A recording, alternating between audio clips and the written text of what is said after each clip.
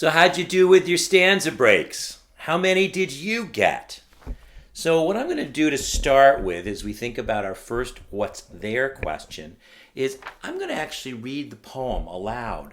And as I read through, you can have the poem out in front of you if you'd like, but you could also just sit back and close your eyes and listen carefully to see if you can discern where I put the stanza breaks.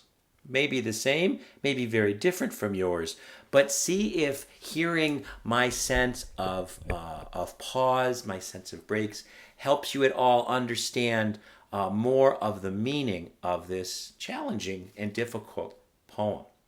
Here we go. Gardenias. Pain is not a flower. Pain is a root. And its work is underground, where the moldering precedes the bones of all our joy, winded and rained, and nothing grows. A whole life's love that longed to be an orchard, forced to lie like an onion, secret, sour in the mine of pain, the ore veined out. There's just these tunnels shot with roots. But then we were never gardeners, were we? Planters, cleanup crew, more yard boys, $3 an hour than rose queens. Still, the place was the Vale of Arcady to us, and after all, a man can plant a stone here and it'll sprout. But gardenias, now these vellum Billie Holiday prom flowers, what a shock to learn they grew on trees. Well, bushes then. We earned one in the shade of the Chinese elm, watered and watered, the white blooms wafting May to mid-August. Now and then you'd bring one in, floating in a bowl, and leave it on my desk. By such small tokens did the world grow green. And the Billie Holiday song is this: I'm jealous of all the time I didn't know you yet. And the month since, so full of risible scalding blankness, I crave it more, that second-hand past. Oh, you can keep the lovers, the far countries, but you young, you 20, you in Paris with a poem in the boot, if I could have that, really be there then beside you, or waving across Boulevard Saint-Germain, I'd face these dead days longer, the cave of all that's left, enough now as to gardenias. Look, this is such a cliche, but one happened to break in October. By then I was bringing them in, leaving them at your bedside between the Kleenex and the talking clock. Smell it good now, Raj. It's the last one. Fourth day, yellow and smutty, yet I gave you one last whiff right under your nose while you talked to Jamie. Then you died a week later, and that next day I was out in the garden to die of the pain. But wait, what is this, Thomas Hardy? A furled gardenia just coming out, which I bowled by the bed. I sleep now just where you slept, curled in the self-same spot. And that one lasted to the funeral. Next week, a third billowed out. What is this, Twilight Zone? Which I laid on the grave as I would if I had been your date for a prom, which I would have been if we'd ever been 18. But for all the spunk of the 3 gardenias, still the pain is not a flower, and digs like a spade in stony soil. No earthly reason, not a thing will come of it, but a slag heap and a pit, and the deepest root, the stuff of witchbanes, winds and winds its tendril about my heart. I promise you all the last gardenias, Raj. But they can't go on like this. They've stopped. They know the only garden will ever be is us. And it's all winter. They tried, but oh, the ice of my empty arms, my poor potato dreams.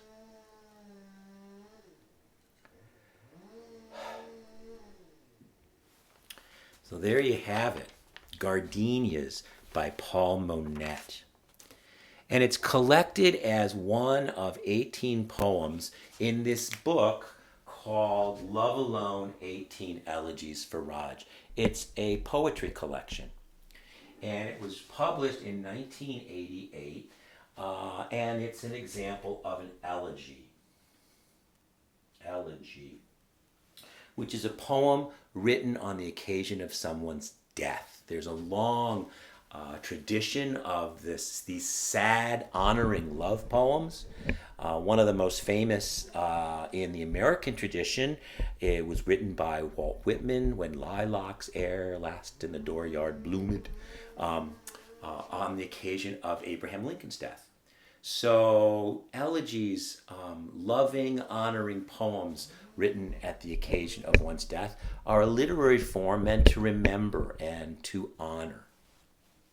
And Raj, it turns out, is the shorthand name, the nickname for a real man, and the real man's name is Roger Horowitz. And Roger Horowitz was the real man Paul Monet's partner, and great love of his life. Monet and Horowitz were gay men, raised in the 1950s. They came out sort of late in life in the 60s when they were fully adult, moved to California, lived in Los Angeles, right in the heyday of the gay rights movement of the 70s, and then on up into the 80s. And of course, what happened in the gay community in the 80s is called HIV/AIDS. So when we look at a poem that's written in 1988, we're looking at a poem that's written right in the heyday of the heyday, one should say, right in the peak of the HIV, what became known as the HIV/AIDS epidemic. And Roger Horowitz died of the disease. He died before, so the timeline of HIV/AIDS is sort of 82. It starts getting on people's radars.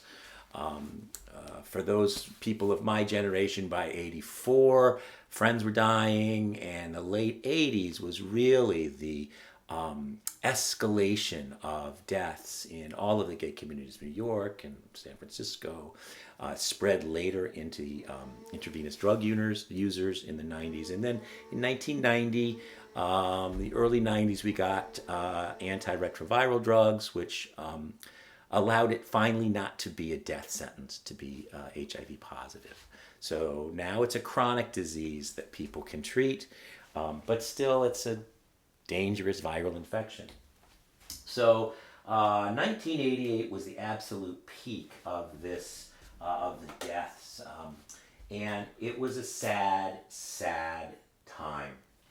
Paul Monet, who was already an established writer and poet, sat down on the moment of this and wrote these 18 elegies out in a wild flurry of activity over the course of a couple weeks.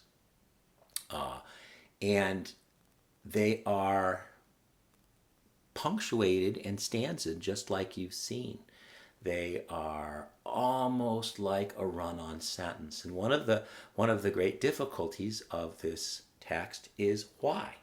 So come back and we'll go to difficulties in just a few moments.